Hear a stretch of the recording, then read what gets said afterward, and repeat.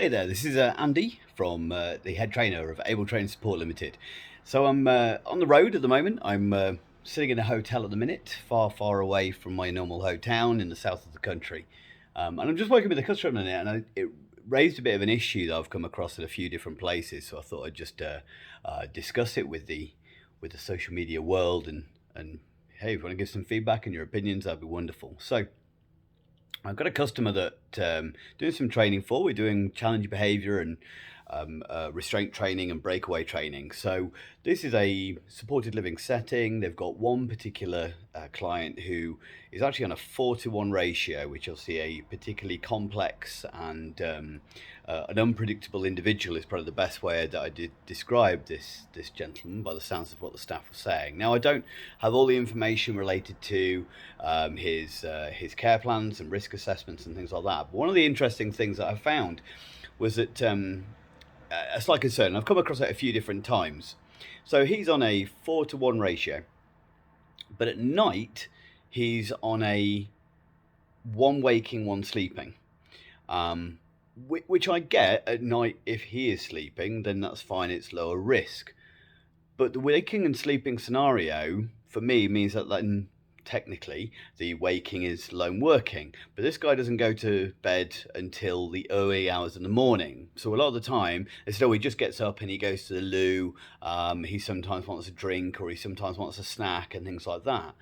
But straight away, if this guy's on a 4-to-1 ratio during the day, but then he's only on a 2-to-1 ratio. Well, it's a 1-to-1 ratio, I would say, at night. So I said, so I take it the waking stays up until he's gone to bed, but it isn't a case. It's the sleeping goes to bed, the waking stays up all night. So I said, well, is it then if he wants a drink or anything like that, do you get then the waking up? And I said, well, no. So this is something that concerned me, because I feel risk assessment wise, and they'd already had a major scenario where unfortunately a single member of staff who was on nights, who was the waking, got corded in the kitchen, seriously assaulted, and then had to be off work for a significant amount of time. And yet they've still got this situation where they've got one waking and one sleeping. Now, I personally feel that that isn't fulfilling a decent risk assessment criteria. I would say that if something was to happen to that member of staff, then that organisation could be dragged over the coals for that particular action. They said about previously they've had situations with walkie-talkies and things like that, being able to call the waking, call the sleeping. Because I said, how do you call for assistance? And they basically said, well, just we shout. So a lot of concerns, and this is one of the things I've come across a few times with the lone working in certain care settings, whether it be a sleeping and waking. Well, if it's a 2-to-1 ratio at night, then any time that gentleman is up and about, then it should be on a 2-to-1.